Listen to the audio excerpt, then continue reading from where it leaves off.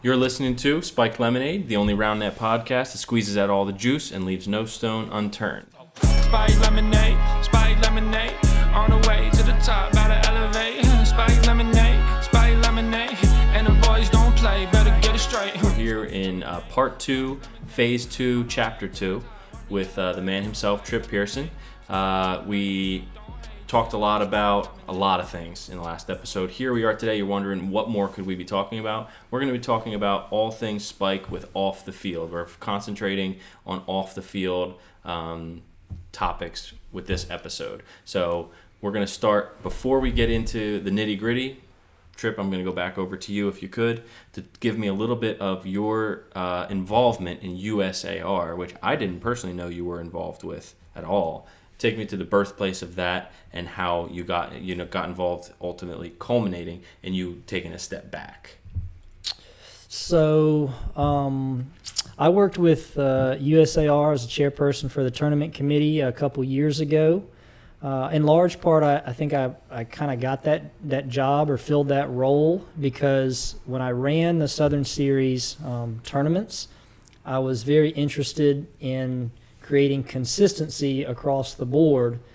I got really tired of hearing about how players would go to this tournament or that tournament and they would get a different experience as far as they might get it set up this way one place and they got it set up another way.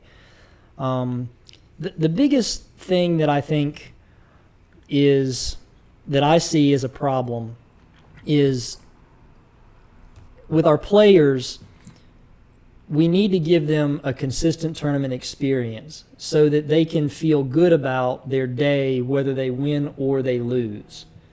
I think that the game is a lot of fun. Tournaments are the most fun part of the game, but everybody has to expend a lot of effort and time and resources, going to tournaments, especially the higher level that you do it at, the more time, money, and effort that you're going to spend getting to these tournaments. And my experience has been, not only with Katie, but with watching other teams, if you don't play well, or you play well and you just get outplayed, it's okay. You can live with that, and you can take it and learn from it and go back and work harder and try to have a better result the next time. But if you feel like you didn't get a fair shake for whatever reason, whether the way the tournament was set up or whether you feel like you got callballed or bullied or whatever, it leaves a really bad taste in your mouth. And I think that's when we start to lose players. And I think the sport takes a hit for that. So, fair competition is just really, really important. I put together a set of standards. You called them just, tournament guidelines. And when I went kind of top to bottom on tournament guidelines, and I had kind of that outline, then I brought those over to USAR, and then the tournament committee and I worked on them a lot farther. It was pretty rough, but Taylor Sanford and Brent Summers. Who else was on the committee? So Noah Vassington, Taylor Sanford, Brent Summers, Trevor Barbosa, Trey Thompson. Who runs the Ethan Song tournament? Oh, I know who you're talking about. I don't know. His name is just escaping me. I'm so sorry. I just met him this year. Me too. Yeah, but anyways, he's a great guy, and he was on the tournament committee with us as well. And so we worked on a lot of these things and just tried to be exhaustive and put those out there. And, just so people can have a really good experience. And so I worked, for a little over a year with the tournament committee, just trying to work on the projects that they gave us to standardize, the tournament experience. And then we worked on some other things as well. And just working on policies and trying to do what needed to be done to try and make the sport more legitimate, more professional, and help everybody to have, a better experience, like I said, regardless of how they might play on that day. And, just for example, this came up in the Discord not too long ago. We really felt like when you get into bracket, when you're playing for your tournament life, so to speak, that those games should be to 21. Nobody's going to feel good about getting eliminated in games to 15. Now, I understand that, the 1 versus the 32 matchup, that might be a beating, one way or the other, but you're still going to have some, the 16-17. That's probably going to be a close game, the 15-18. Like, there are going to be a lot of really competitive matches. And when you're eliminating half your field in games to 15, that's half your tournament field that isn't going to feel great about it. And I think most people have had an experience, like that, where you get eliminated in games to 15 and you just feel like you don't feel great about your tournament experience. So that's why we recommend playing to 21. If there's a time issue, you need to make up time somewhere else. That's a really important thing. And that's why it's part of our guidelines. I got screwed one time with that. I played in a tournament in New York, in Central Park, and they said that there was some issues with us, going a little bit too long. So bracket play started, and they didn't go 2 games to 15. I thought this was even worse. If you can imagine, they said 1 game to 21 is bracket. Terrible. It's even worse. That's terrible. Because that means you don't even get a second crack if you were, you were to get, like, someone gets out of the gate on you. You have no time to make up. And so we drove all that way.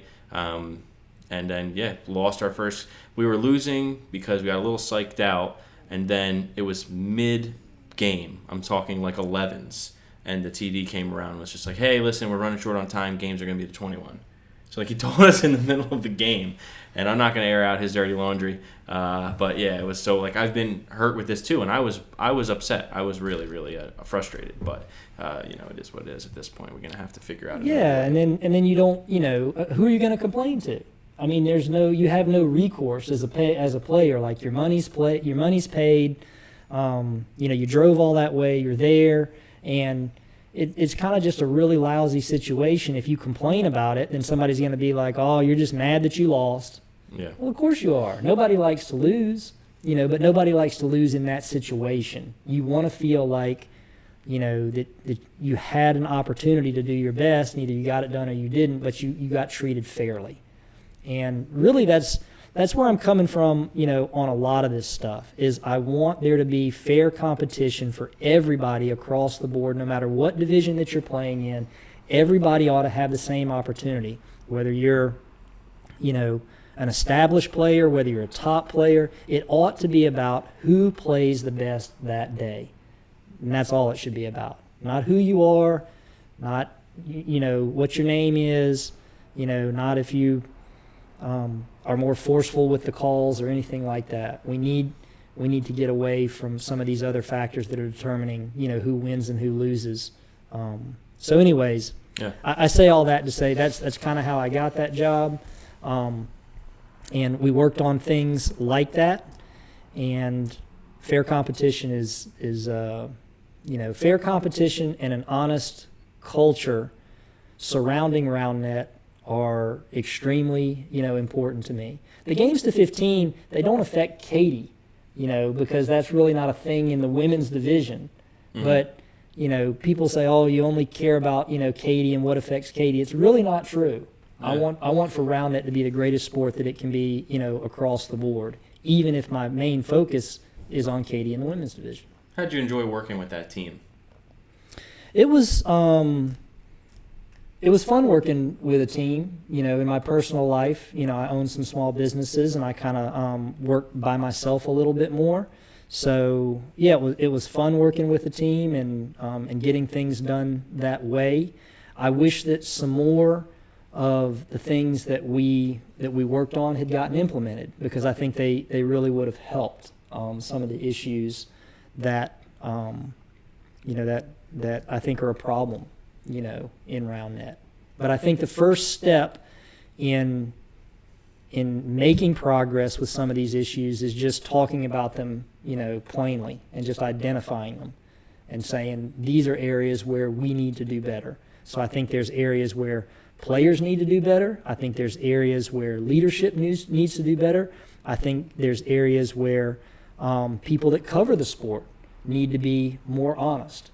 The core principles that I'll talk about today and any time are the same ones that I've been talking about for years. We need to have honesty and integrity, and transparency and accountability. Those are things that we should be striving for, that any organization should be striving for. The things that we should be trying to stay away from are like obvious conflicts of interest, doing things and making decisions that aren't out in the open. Those things are not good for a community. They don't help. They don't help make the sport more legitimate, more professional. Let's dive a little bit into the round net media, okay, and how it's covered, and let's start with first the positives. Where do you think round net media is covered in a good way, and who do you think's doing a good job right now? Well, I think the production value of a lot of round net media has just gone through the roof. From what we used to have. It's really fun. It's really fun when you get to see your teams, the tournaments where you were, covered and treated like a real sport. Not only do I enjoy it, but my family that can't be there, I think it gets a huge kick out of seeing Katie, covered in the way that she is. And I hope that everybody that that enjoys the coverage that we have now really appreciates it, because we've come a long way. It's taken a lot of work from a lot of talented people. Ben Danowitz with the Round Network and Andrew Gassaway, on the site or on site. All of our commentators, Jonah. I think we just do a really good job with our production value. And things like that. Having the scoreboard and knowing what's going on in the game, and all those things, they really make it more accessible to people that don't understand the game maybe as well as we do. Makes it a lot more fun, and so I think they're great. Yeah. Brief interject. Make sure we go Ben and Albie. I know that they're a really, really powerhouse team. If you mention just Ben, he says, "What about Albie?" You mention just Albie, he goes, "It's got to be Ben too." So they're a tandem. Where do you think that Round Network's falling short when it comes to on the media side, on the anywhere you want to go with it, but where are we falling short when it comes to Round Net media? Well, I think that there's still a one of the big problems that I see is you have conflicts of interest, and again, it's kind of a culture that I don't think is as honest and as unbiased as it needs to be. And part of that is, like, for instance, you have Spikeball Incorporated. They're running the Spikeball Tour Series. Their full-time employees are the people that are deciding policy and making decisions for the Spikeball Tour Series. And they are sponsoring teams. So they've got their sponsored teams. They've got Assistive Touch. They've got Hilltop. They've got Twins. They've got Angst. Okay? Again, I make a lot of analogies, but that's like the NFL running, their season and their playoffs and their Super Bowl, and their favorite teams, their sponsored teams, the teams that they're paying money to are the Cowboys and the 49ers. I mean, that's an obvious conflict of interest that it just creates problems. The optics on it are not good, and conflicts of interest are something that we need to get away from. So who's, if Spikeball is paying, the Round Network or whoever else, then again, it's hard to get, fair, balanced coverage when you've got these conflicts of interest. The coverage is probably going to get slanted, or at least appear to get slanted, towards the teams that are your teams, that are your players, that are your, that are that's who you're backing. So, the big, I'm not here to bash anybody, but K2 beating Twins was, to me, the story of the year. Yeah, it was a big story. But it got no coverage, So where was the story from Salt Lake City, on that upset? And why wasn't it? Well, is it because Twins is, Spikeball's sponsored team? I mean, I don't know. I'm not gonna speculate on things that I don't know, but I just don't think that the coverage, is necessarily, fair all the time. That's one thing that I can't speculate on. One thing that I do know for certain is, take like last year, we had that Round Net podcast. They did Player of the Year awards for the men's and the women's side. Okay. And so they nominated, and again, women's is more my focus, but they nominated 4 players, and these are just chosen just by those people that run that podcast, but they chose the twins, they chose Laura, and they chose Allie Rogers. Okay?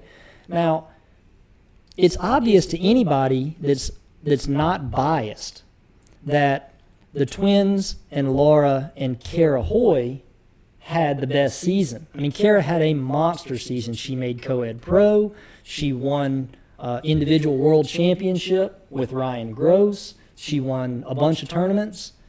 But Allie Rogers is Mike White's, personal friend, and Scott Beeks, who runs that Round Net podcast with Mike and Gavin, is Allie's husband, is his playing partner. So there's no justification, if we're trying to be honest, about them not including Kara in that list for somebody that clearly does not have the results that Kara had. And, I would put Katie at 5, on that list. She wouldn't have been on my top 4 list. But again, that's so funny. Again, it's not, just trying to be unbiased and calling balls and strikes the way that I see it. Who had the best season? Yeah. Those 4 had the best season. Yeah. And it's not even close. It's not even close. Now, it probably wouldn't have changed the fact that Olivia was a Player of the Year. She won women's division. She won co-ed pro. She had, I think she had the best season, okay? But still, when you don't do things honestly at every level, then I just think it hurts your culture overall. We ought to be striving to treat people fairly, whether they're our friends or not our friends, and to call balls and strikes and to have some journalistic, integrity, and not just But that's the way that it's always been for so long. It's just people looking out, for their friends, And if anybody says anything about your friend or whatever, you just immediately defend them, no matter what they might have done. No, or whatever. So I think it's a problem. So I want to talk about conflict of interest and biased. So you came up with some examples, and you said how Salt Lake City didn't get the coverage it deserved. I mean, we all know that there could have been an Instagram post, something like that, to just show how big of a feat, an accomplishment this was for K2. But at the same time, were you more talking about how they did the Round Network documentary on Richmond, but not on Salt Lake City? Is that what you're kind of alluding to, or A little bit. I mean, again, it's kind of like a small thing, so I'm not going to make a big deal. But they did take some footage, of Laura and Katie, at the tournament. They were there taking footage and everything. But when K2 won, there wasn't anything, post-production, I guess, coming about Was there anything post-production on the women's final in Richmond? I felt like Richmond was just male-dominated as well. Right. So maybe it was just essentially them maybe not having the resources to cover both men and women. We have to make a choice. So I also know this. So I know, but I don't know. That's thinking about. speculating. So I just looked. It could have just been a one-off that they did in Richmond. So they were definitely filming for that documentary style at Salt Lake City. I just brought these dates down because I was curious. So Richmond was April 15th, but they didn't post that till June. So that's 2 months later. College Nationals was next May 20th, which they also covered, and they're posting that September 20th. Already been posted by now while you're watching this. But June 3rd was Salt Lake City. So if we're going in order, you think they could be working I think on it they still? are working on it. I don't see why they would do it for one and not for all of them. I know from personal conversations I've had with Albie and Ben that they were going to cover all the majors, and we've seen them at all the majors, and their crew is only getting bigger and bigger with the first expansion at Salt Lake City. So I think they're definitely going to cover Salt Lake City. Whether they do pay more attention to women's than they did in Richmond, I don't know. But I do know, I have a feeling that it is going to come out just later, but because they're doing it right now just in order. Like, yeah, it takes a lot of time for this production. It seems like they all have their day jobs as well as just doing round net work on the side. But I think Salt Lake City is coming out. I don't know when. I don't know if they're going to cover a lot on women's. I'm sure they will, with this being a feat of how it was, being like Richmond. I would assume so. With Richmond, a Premier Spike sponsored team won it, and they aired it, and it was. Yeah, that's right. So I don't think the conflict of interest would be too bad with the Round Network documentary style, but I guess we'll see when it comes. But I totally agree with the fact that just day of Instagram posts or a couple days or weeks after the fact, like, this happened, and people should know that this happened because this was an undefeated team for years, to then just get taken down and nobody knows about it and that kind of thing. But yeah, that's just a sidetrack I thought about with the dates and all that. So, yeah. Yeah, and that type of stuff, like I said, it's not a huge thing. What happens on the field is the most important thing. That's kind of my focus. But again, I think if covering round net is your passion and it's your job that you've made, that's your contribution, I think you should try to do it objectively. I think you should try to do it honestly. 100%, definitely. So, yeah, so I agree. Let's go into phase 2, which is it kind of piggybacks when you were at USAR. You wrote up a specific policy to stop the ball thievery. A, what did that policy look like? It ultimately didn't get implemented. And B, where do you think we go from here with the ball thefts and your thoughts on it in general? yeah, so I think that some of the things that go on, I think they undermine the culture that we need to build in the sport. And the ball theft is definitely one of those. And I don't think it's a real complicated problem. I feel like we should solve that and then move on to the next thing. But I feel like leadership, a lot of times we don't have strong enough leadership to tackle some of these problems that just need they just need strength more than anything. We wrote up a pretty comprehensive policy with some penalties that were in place, step-by-step instructions for how to mark all the equipment, mark all the balls, and then just deliver messaging that would let the community know this is unacceptable. This is wrong. This is not how we do what we do at tournaments, and whatever you come with is whatever you leave with, and don't steal our stuff. And, we're going to be cracking down on this, and you can get suspended. There were, escalating suspensions and fines that went along with it. But it's really just more strength of leadership and just taking a stand and letting everybody know this is not cool, this is not what we're going to do, moving forward.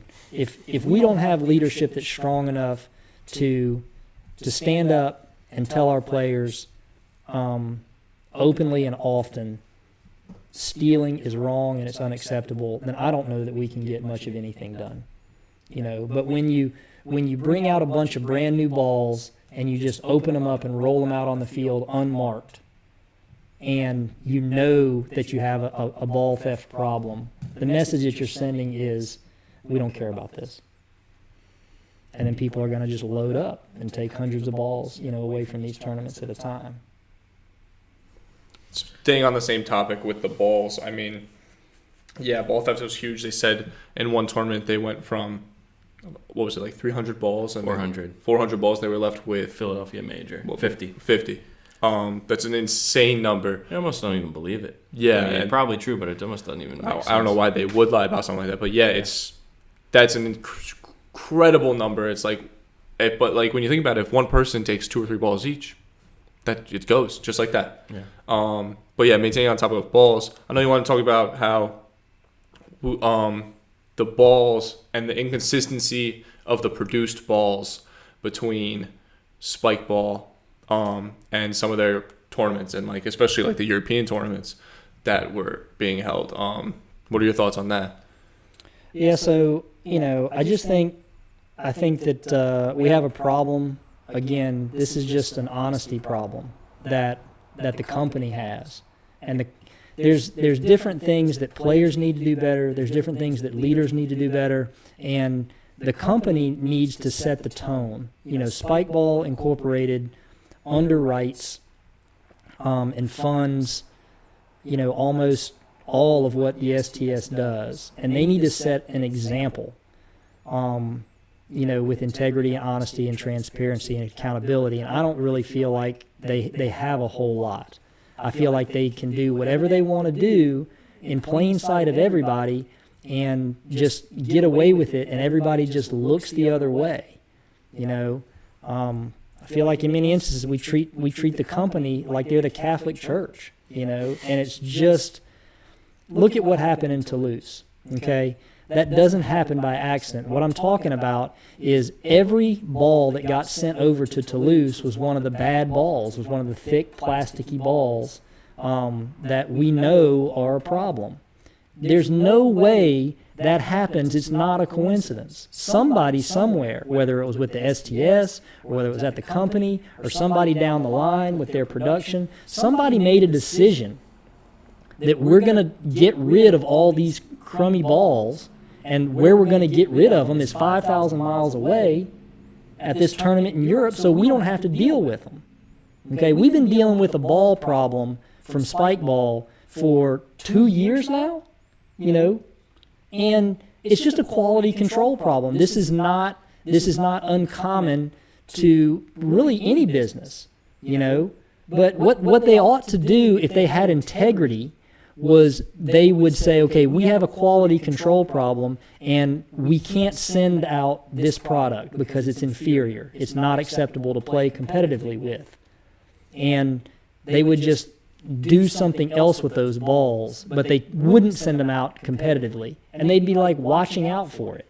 But this idea that, we ran into another bad batch, or it's just nonsense. It's just nonsense. It's intentional. They're making this decision, and it's a really bad look for the company. The company that says, don't be a jerk, do the right thing, so forth and so on. They're not doing the right thing, and they're not behaving honestly. And the community ought to hold them accountable and not just turn their head and look the other way off of something so obvious. And if there's an alternate explanation, then I'd love to hear it. But it just goes against the laws of probability that 100% of those balls that went to Toulouse were all bad. You don't think there's any way where maybe, let's say, Spikeball gets, I don't know exactly how the balls are made. Let's say Spikeball gets these giant sheets of this rubber material for the balls that they cut up and put together. Let's say they get 2-3 sheets of this bad material and they make hundreds of balls with this bad material, and they're all going to be in the same boxes because they were made in the same batch, and they get sent out all to the to Toulouse because that was they ordered these sheets, they ordered this amount for this tournament. Do you think it's at all possible that they just did get bad material? The material was off from whatever company or whatever resource they get that material from. If that happened, then somebody ought to be inspecting the balls as they come out, as they come off the line, and seeing if they're good or bad. If you've got a quality control issue, then all you need to do is just give special attention to make sure that the quality is there before you ship anything. I sell pumpkins, at my pumpkin patches. If I get a rotten pumpkin, maybe it's just a little soft on the bottom. Maybe I could still flip it around and sell it to somebody, and they won't know that it's bad until they get home and it really goes bad like a couple days later. But that's a decision that I have to make. Am I gonna throw that pumpkin out and eat the loss, or am I gonna try and do something shady, and get over on somebody, and take their money and send it home with them? I think the company needs to have integrity and needs to stop shipping those balls out. it can't be a surprise anymore what's going on with the balls. I don't know what's going on with the replacement parts either, but we got a lot of people that are waiting on replacement parts, and I don't think the company is being honest with them about their replacement parts. You know, they're making excuses about, oh, your email got lost in our spam folder, you know, and all this other kind of stuff. I just don't think I don't think they're being honest. I haven't heard about the replacement parts one. Yeah, I've actually had a very good experience with the replacement Yeah. parts, and they've been really, really quick and gotten back to me quickly. And I'm not saying that there aren't instances, but I've had three different happenings where I've reached out and they've been quick. I got it within days. Maybe 4 days. Especially with like NJR, like we get broken nets all the time. It's just How long ago was that? Most the last recently, one I got maybe June. Yeah, it was earlier in the summer. It wasn't like too long ago. Was it? Are you talking about like very recent? There's been problems. People with are that? talking about it on the Discord. Yeah. Yeah. Really? People are, you know, Noah Vassington's having, you know, problems. Been waiting on replacement parts for a long time. Other people have been waiting on Yeah. replacement parts. I've been looking into that too much in the Discord recently, but I could believe it, especially with like also like the Mammoth sets taking longer than they initially thought. Like they said August, and now it's mid-September and no word on the Mammoth sets. Like we don't even know. Everybody who ordered them, we don't know if we're gonna get them by Christmas. Is that Like, you saying that you ordered one? Well, yeah, I ordered one. And what's the problem with that? I had a bunch of spike points, and I wanted to use it, so I respect it. I got a good discount. I mean, I wanted to get one. I wanted to feel it out. Might as well. Want to get ahead of the curve when they change us all to play Mammoth in 2025. As someone who just loves the game around that, you know, You're you get ambassador. addicted and they suck your money from you. I bought a Premier Spike set. I bought Oh, that thing's gold. I did a bunch of stuff. So I'll buy anything if it's new to the market and it interests me. But yeah, there's we're not hearing much on the Mammoth set and what's coming out or when it's coming out and all that stuff. And with that, we could segue right into your thoughts on the Mammoth set. I know you've been itching to talk about it. Now I'm excited and I'm itching to hear about it. Yeah, what do you think? I don't know who the Mammoth set is for. That's, as a business person, you know, I need to have, you know, a target demographic for whatever I'm going to sell. So, you know, at $300, you would think that it's going to be for a really serious player, but you know, as a serious player, you know, competing in tournaments, it's a totally different set. So I wouldn't be like doing drills or working on that. So, you know, like I wouldn't have Katie, you know, playing, you know, on the Mammoth set, Right. you know, because it's taller and all that kind of stuff. Like it seems like it would mess you up. So I just don't know who's buying it. I don't know who it's for. If it's a casual player, then they're probably not looking to invest, you know, $300. They're going to go on Amazon and buy a Slammo. They're going to buy, you know, something less expensive. But if you're a serious player, you know, a high level player, then you're probably not going to buy something that you don't compete on, you know, at the highest level. Yeah. So I just don't understand, and that's what makes me very skeptical that if they're not working to improve the pro set and make a better pro set, which I don't think that they are, it leads me to believe that they're going to force the Mammoth set, Oh yeah. you know, at some point, whether we want it or not. And that's going to, you know, then it's a completely different game. I mean, it's a completely different game. It's not even the same sport, the Mammoth set versus, you know, versus the Pro set or the Premier Spike set. But the Premier Spike set, I think, is definitely a higher quality set. Mm-hmm.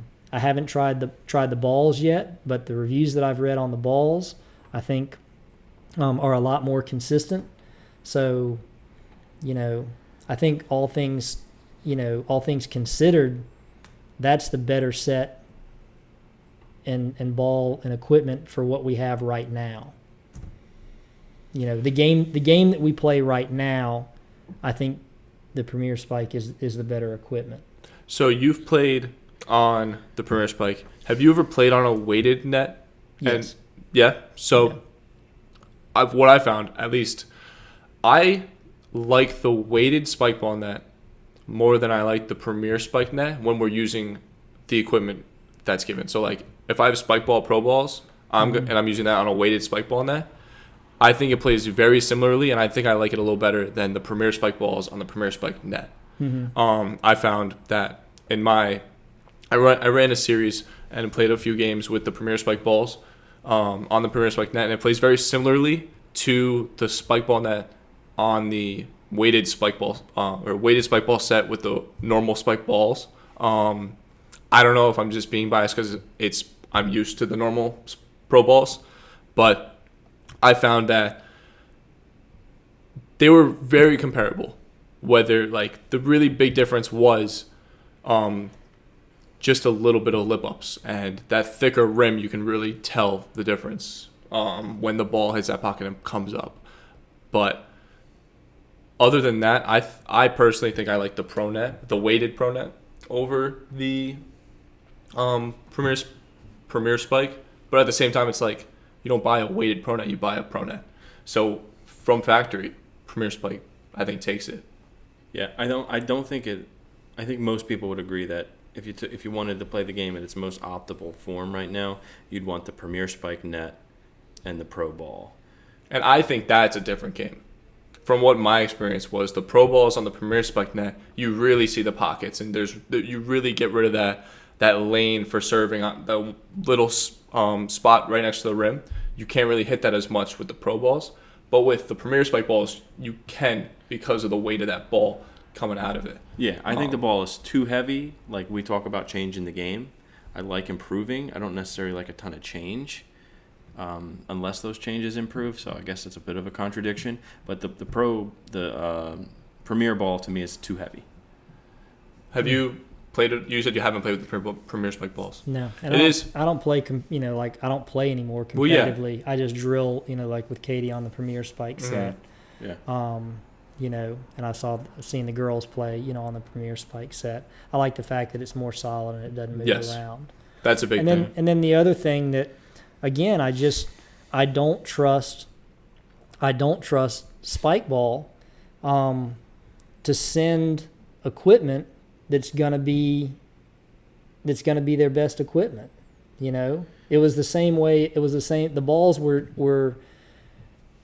It wasn't, the percentage wasn't as high of bad balls in Toulouse as it was at the World Championships, but there were a ton of bad balls at the World Championships. And if they'll send bad balls to Worlds, once, and then turn around and send bad balls to Toulouse, how can we trust them to deliver good equipment to the World Championships in London in 2024?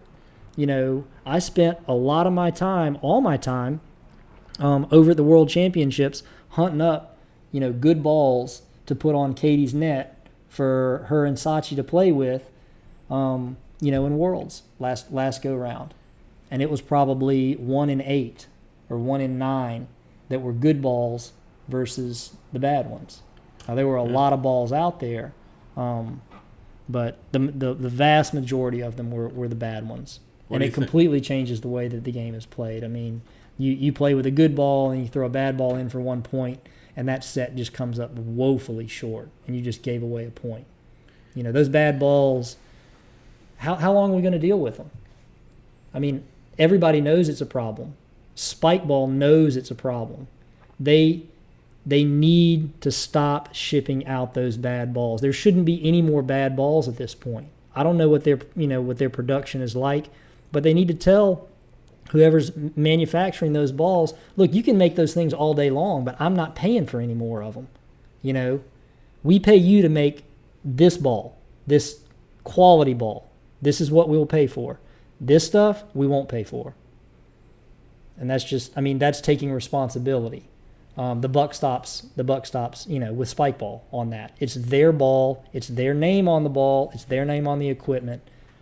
That you can't make excuses on that. You just got to own it. And I don't think they're being honest with what's going on with that ball situation. And if they won't be honest with something that is so vital and important to the actual playability of the game, it doesn't give me a lot of confidence and what they'll do with something that isn't so obvious, that's behind the scenes, and how they'll deal with people and with business. A couple of things with balls. How do you guys feel? This is for you both to answer if you could. You're going to go play a game, a competitive game. For you, let's say you're going to be watching Katie play a game. Matt, you're playing. Let's say it's a bracket game. And the team you're playing says, hey, listen, the balls are a little bit sporadic here. We're getting a good one, a bad one. These are my balls from home. They're initialed with the players who you're playing against initials. There's, let's say, 8 of them. And he puts his 8 perfectly pumped balls under the net. As long as all 4 agree. I mean, if it's a Spikeball Pro Ball, then as long as all 4 agree that these, it's like, yeah, I like them, they're good, then why not? It's like, that comes down to like the self-officiating game. Yeah, no problem with that. I know Tyler Babin and Chris Brown, I think, did that in the Vegas tournament last year. I think they brought a ton of their balls and then they would just go down and chase all their balls, and because that's the balls that they liked, but they were good balls. Like, yeah. I think it's totally fine as long as it's a pro ball. Like, it's not like they're taking a Premier Spike ball, painting it yellow, and saying this is our Spikeball ball. Like, no, that's what I mean. I'm completely just against it. Really? I won't play. Why? Like, nah, we're not doing it. Or I'll go get 4 of mine, and we'll throw 4 of mine under the net too. It's just like, it just feels weird to me. This is the ball you practice with all the time. The balls wear differently, and maybe it's just a mental thing. But then all I'm going to be losing all I'm going to be thinking when this guy hits like his 95th percentile serve on me is, this is the freaking ball this son of a bitch is practicing with, and I can't do it. So if you have 8 balls, you can get rid of 4, and we'll go 4 and 4, or we'll play with balls over here. I'd rather play with a plasticky ball than a ball that somebody else brought from their basement. I think you're going to be in the minority of that one. That's fine. Yeah. I'm cool with that. I'm content. You know what else I don't like? This is my final part on Spikeball balls. There's no reason why we should get one that's pumped to the max and one that's like squishy as can be. And I'm not saying it's possible, especially when it being hot, to have every ball be perfect. But I think there should be almost like this is the PSI on the ball that we're going to use. This is what it is. That would be smart. I don't know if they ever have done that, but saying like the PSI, tournament regulation PSI of the ball is this. Right, that's it. And not just because like I've done it myself. I'll grab a ball that's super like, I go under the net, I grab the ball. The ball's super pumped. It's the only ball we have. Guess what? I'm hitting a jam now.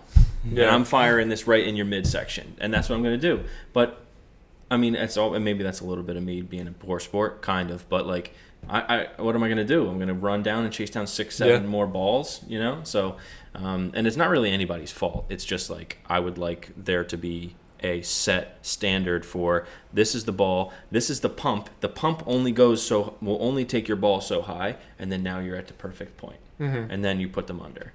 So, but that's really just my little bit of a rant. I don't think getting the proper inflation is really that difficult. You know, I take the ball off the pump, and if you just use the needle itself, if you just blow gently into the ball and then take it off as you're blowing gently, it's got the right inflation. The problem is, and that's a lot of what I do when I go to a tournament, I just walk around and get balls at the right inflation and put them on Katie's net so that they're having consistency with their balls. And then, if I try and distribute them, around to different people and keep the nets, that are around me.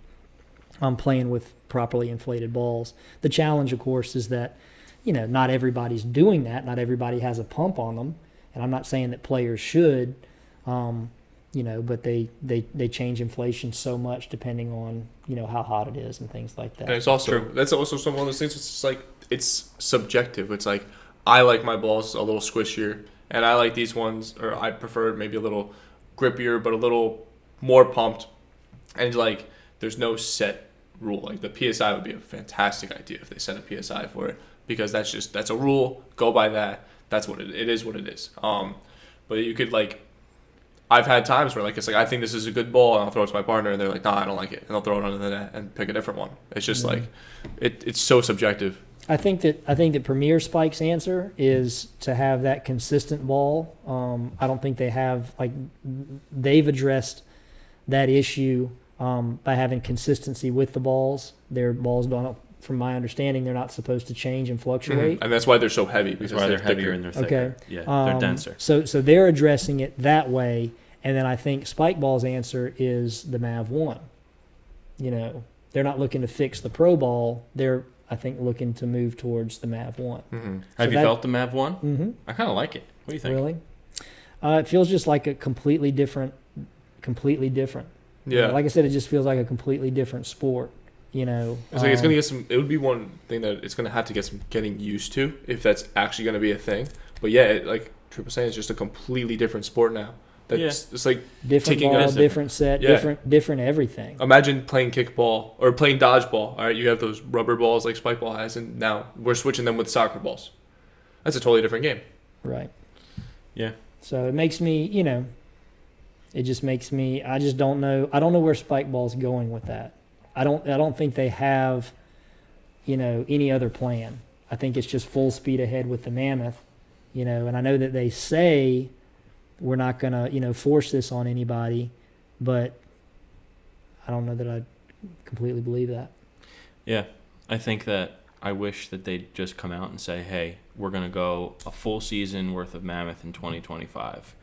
Or just say, like, this is just for fun. Like, the in-between, you know, is strange. Like, I've thought about, let's just grind on the Mammoth if that's what's coming in a year and a half and have, like, the upper hand. But I agree with you guys. It is a completely different game. Well, Spikeball doesn't have, like, complete control, you know. I mean, there are other, you know. Forces, yeah. There are other, you know, governing bodies. Right. Like Spikeball shouldn't be, an equipment manufacturer shouldn't be making decisions about, you know, what the equipment is going to be or what it's not going to For a be. particular That should sport. be That's that should just- be a governing body, Yeah. which should be independent, you know, Right. of the manufacturer. I think I But know. again, you have those are conflicts of interests that shouldn't exist, that do. Yeah. Those things need to get addressed. They need to get changed. Yeah, I think they were going to not necessarily push the Mammoth, but they're gonna have the Mammoth out, get people that get their hands on it, be able to play with it a little bit. Then I know they're gonna run some test tournaments next year, or I believe that's what they're gonna do, just to get some feedback from the players and how they feel. And then I think they want to take it to the IRF to see what they think about making that. Because when it comes down to it, it is the IRF now with the rule book and all that stuff. So, and in the rule book, I think it says the like equipment that should be used right now is like the Spikeball Pro set. Mm-hmm. So I think that would be really cool to see, or if they were to, what steps they take and how the IRF responds to that. It would be interesting in the near future. Who's on the IRF? Do you know how many people that panel's made up of? It's a bunch of different Yeah. countries. I mean, you've got it's an international, you know, group, and they've got you know, all the different countries, you know, are represented, not necessarily on the board itself, but they have a vote and they vote on, you know, different issues and things like that. And each Okay. country, you know, has a representative, you know, that votes. Okay. So like Taiwan has a vote, the U.S. has a vote, you know, Germany has a vote, Do we know So- who our United States representative is on the IRF? USAR. Okay, it's just USAR as a whole. Yeah, the Yeah. USAR is the governing body. Understood. So Okay. if the issue comes up, you know, that they're going to vote on, then the USAR board will make that decision. Understood. And then So, the Spikeball Tour Series can do obviously whatever they want with their tour series, but hopefully USAR starts a tour series. Then maybe even the IRF will do a World Tour Series, and then they can That'd be really cool. we'll have all these different tour series, like how I believe like golf has some different tour series. They have like the Corn Ferry, they have the PGA, They implemented NASCAR with the cup races and the truck races, and like there's all these different professional level tournament series, and it's not necessarily with the same equipment, but that would actually be really cool to see, and that'd be really great for the growth of the sport, not just the growth of Spikeball. Yeah. yeah, it'd be a huge step forward if we could get somebody that isn't tied in, you know, to the equipment and the money and those types of things, to be making the best decisions for the sport itself. You know, one thing that I think is is a real problem that people aren't aware of is, if Spikeball is running the tour series and Spikeball is awarding the challengers, they're awarding college sectionals to the different schools and things like that. Yep.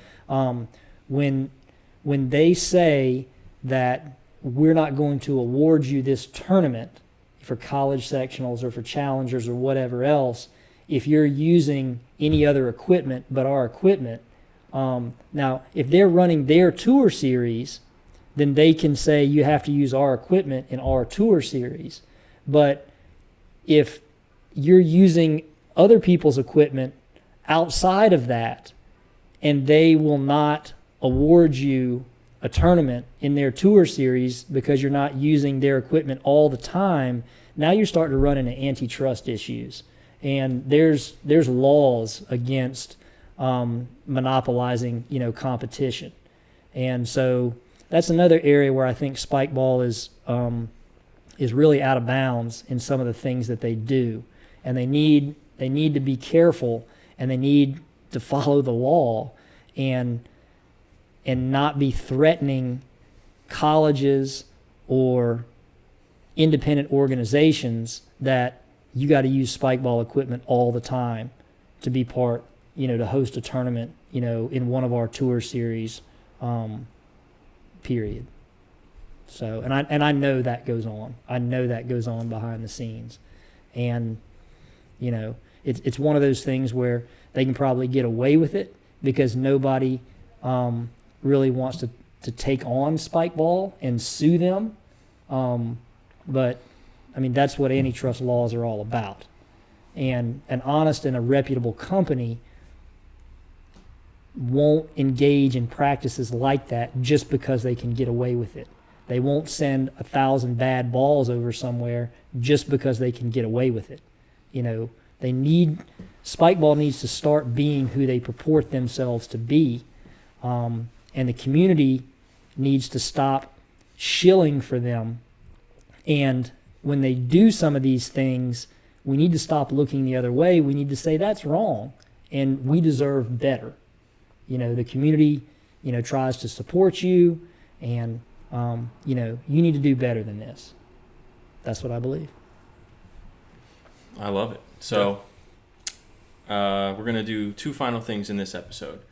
I'm going to pull up some things called Reaction Time. We're going to play a little game called Reaction Time, where I'm going to hit Tripp with some round net names, equipment, ideals, everything pertaining to round net. You're going to hit Tripp with round net equipment? That doesn't seem very nice of you. When it gets shipped to me, because it's a little late. No, I'm just kidding. It's on time. And allow him to respond. In the meantime, could you do me a favor and pull up the women's field for the championship? Because we'll do both things. I got you. Pull it up on Fuego so we can get a little bit of Tripp's ideas on what's going to go down with the championships and predictions and on all things alike. So here's the game. The game's called Reaction Time. Basically meaning you don't have a ton of time to think about this. I need 1 to 2 words reactions. So, for instance, if I were to say to you, Manco and Manco pizza, you could say, fantastic. Amazing. Yeah, we had Katie on last week's, 2 weeks ago, I guess it would be now, episode, and she was ranting and raving about Manco, and I was like, dang, that's make me feel good because we brought you guys somewhere and you enjoyed it, so that was badass. Okay, so here we go. I have 16 of these, so actually 15, but maybe a bonus one. So again, natural reaction, 1 to 2 word maximum. If you go 3 words, we're going to buzz you. Okay. Here we go. Number 1, Spikeball Tour Series. Doesn't have very good reaction time. Prestigious. Beautiful. Women's round net. Growing. Rogue round net.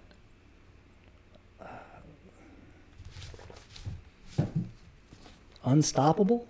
Top dogs. Jonah Zwellinger.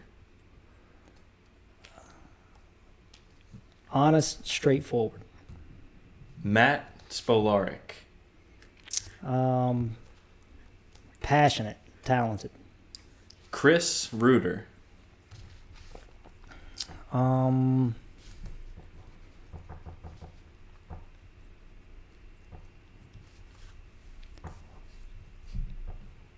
the founder and creator. No, he's not actually not the creator, but he's the founder. He's the founder. I had a feeling he was going to go more on that one, yeah. But it's a great answer. Benjamin Dantwitz. Heavily involved. Premier Spike. Better Mousetrap. That Round Net Podcast. Biased. Ocean City, New Jersey. Beautiful. PJ Showalter.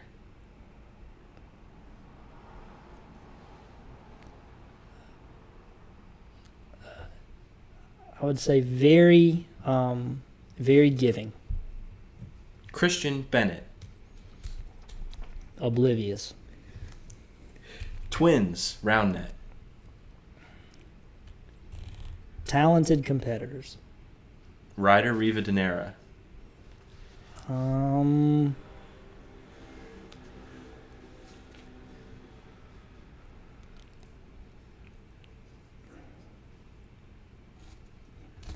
Revolutionary. Gabriel Finocchi.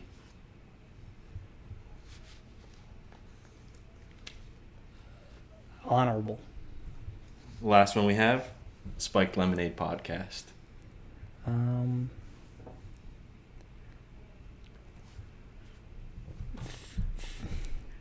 Filling a void. Beautiful. We'll Love take the hyphen there, then we'll count that as 2 words. I saw one in there I want to touch that you didn't touch on. Yeah, it wasn't. Bench press. Not anymore. all reps for me. Yeah, all reps. Yeah. I love it. No heavyweight anymore. I want to segue from that.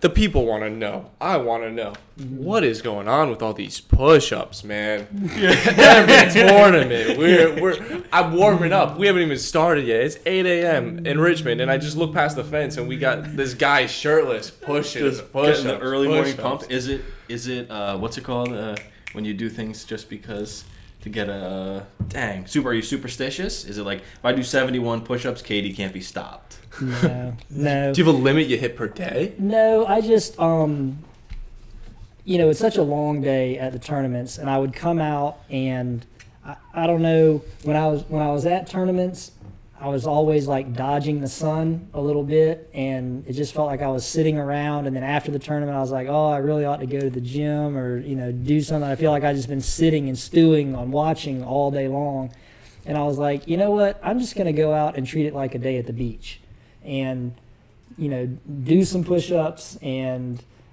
get some sun and just try and have a little bit more fun while I'm at the tournament, inflating balls and throwing stuff around, and just have a little bit more fun while I'm out there and not feel like my weekend just got eaten up maybe so much. And so that's what I started doing, is just getting out there and getting a tan and doing some push-ups and just having a little bit more fun for me while I'm out there. Do you count the push-ups? I do. Yeah, I do. Like what's sets, the most? Sets of what? What's the 25? most push-ups Sets you've of done on a 70. tournament Saturday? Sets of what? 70. I do sets of 70. 70 what? 70 in a row? Mm-hmm. Yeah.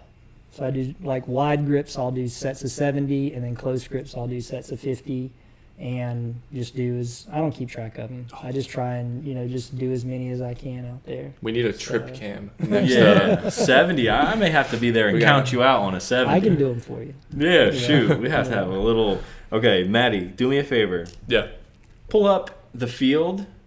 You're familiar with the field, or you need to hear it? Mm-hmm. Tripp's familiar with the field. Pull it up for me, and Tripp, if you could, give me who you believe will end up being the top 8 teams remaining. Essentially, the quarterfinals, in no particular order. The quarterfinals. Yep. Yep.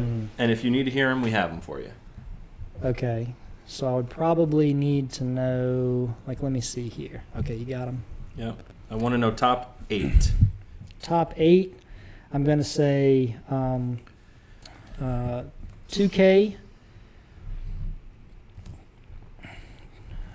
Twins.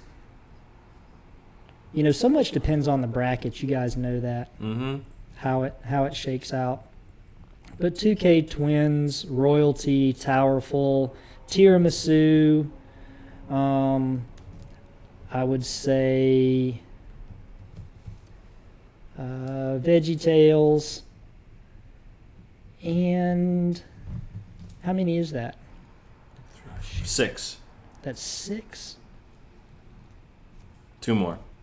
2K Twins, Royalty, Towerful, Tiramisu, and VeggieTales. Angst, Perfect. and I'm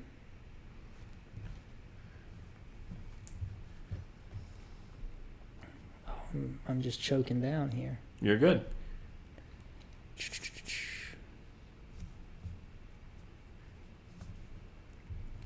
I would say Take these in the meantime and rank them like 1 through 8 where you think potentially they could be. I'd say I'm gonna do top 3. I would say Big Beavers. Okay. Okay. Although I think that 8th spot, that 8th spot could be very contested. Like I said, it depends on the draw.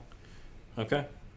Maddie, go ahead. I'm going to set something up. Okay, so with that, I just want to get top 3. Let's do a top 3 for the women's. Just for the women's side, let's get our predictions in for the championship.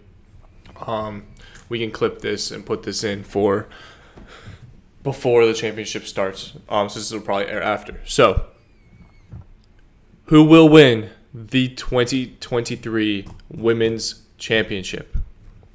We're going to each go through, and we're going to tell who our predictions on who is going to be the podium at the championship in Philly later this month. I'll go first. I think in third place, I think Towerful is going to come out, and I think they're going to surprise some people across the pond. I haven't watched them too much, but I'm excited to. I think Laura's a powerhouse. I haven't seen her partner at all, but I think if Laura's playing with her, she's got to be good. So I think Towerful at 3. I have 2K at 2, just because of they're experienced. They're 2 very solid players. They've been in finals. They know what it's like to compete in that situation. And I have Twins coming out on top. Getting that, is this a 3-peat for them then? Who would they be playing in the finals? It would be Twins versus 2K in the finals. Okay. Twins versus 2K in the finals. And who's taking your third place? Towerful. Okay. I'm going to go for mine. And I'm sorry to interrupt you. What did you say? 3-peat? This would be a 3-peat, This would be right? their 3-peat, correct? Mm-hmm. Yeah. I'm going to go Twins winning in the finals. I'm actually going to say that they end up winning in the finals over Tiramisu. And in third place, I'm going to go with 2K. Fourth place, honorable mention, Royalty. Yeah. All right. And so I'm not gonna pick Royalty because that's my team. Yeah. I'll leave them off, but I think that Twins, 2K, and then Tiramisu. Twins, 2K, Tiramisu. Yep. Okay. Now, are you not picking or not slotting Royalty anywhere because you're afraid of the backlash with Katie coming after you? Yeah, she was not pleased when we talked about this. Yeah, I don't want to pick them like one way or the other. Yes. So I think that we'll be ready. I think that Lawrence is a very talented player, and we were extremely lucky to be able to hook up with Lawrence. We love Lawrence a lot. She to not have ever played an STS tournament before this season. She played her first one ever at Nova, which was not that long ago. But she's an excellent player. She's an excellent person. She's an excellent teammate, and she serves a really good, really high percentage, and that's really important. So I think that Katie and Lawrence, if they play the way that they did in Vancouver, then I think they have an excellent chance to be right there at the highest level. But I think that experience-wise, the Twins have the most experience. Kara and Kayla are excellent players. They have excellent experience and super high level. And both of those teams, like you've got both players are dangerous servers, and that's what it's going to take. You can't have one player carrying the load and expect to win, a big tournament. And I think the teams that are doing that are going to be Twins, 2K, Tiramisu. Boy, Danny is just serving the heck out of the ball. I don't know if you've seen their last 2 tournaments, but she is just blistering the ball. Have you seen I don't watch European round enough, and I need to. I really need to get on that. Megan is an extremely dangerous player and server as well. So you just don't get a break. You don't get a break, with those teams coming at you. And Lawrence and Katie serve a very high percentage as well. And so I think those 4 are the most balanced serving teams. This is a it's a serve heavy game that we play. I've said it before, I'll say it again. It is a serve heavy game. It's great if you can play great defense. It's not as important as if you're a great server. You should strive to be excellent in all areas of your game, but you got to be able to serve it, if you want to play super high level. Look at Rogue. Great servers at both of them. There's no rest there. You're just constantly under pressure, So. All right. Well, that wraps up the predictions for the 2023 National Championship of the Women's Pro Division. But is there anything else you guys want to add before we wrap up today's episode? Let's finish phase 2. All right. We'll regroup. Yeah. That's part 2. Stay tuned for next week for part 3, the final part, featuring the big, the bad, the Tripp Pierson. Catch you next time. See you next time. Don't hate, just wait, spike lemonade.